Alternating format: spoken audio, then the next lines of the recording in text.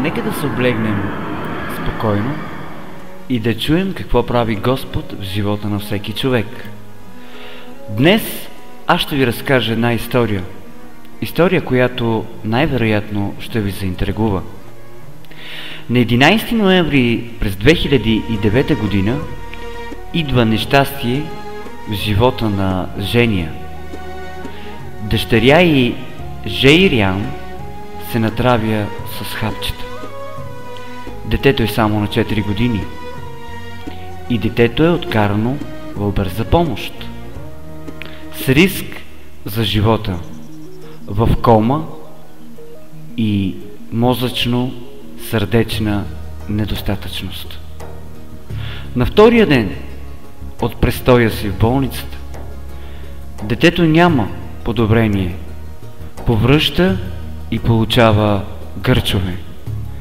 Лекарите казват, че са направили всичко по своите сили и че не дават гаранции, че дори и да излезе от кома, ще има умствени, говорни, зрителни или двигателни проблеми, тъй като мозъчните увреждания са голями. Като казват още на родителите да се молят, дано нещо се промени в молитвата и тръгва си, обаче те не са сами. На другия ден и тогава става чудо. Детето се събужда от кома с думите: "Мамо, гладна съм."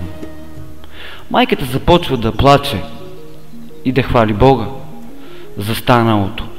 И всяка изминала минута детето се подобрява все повече и повече.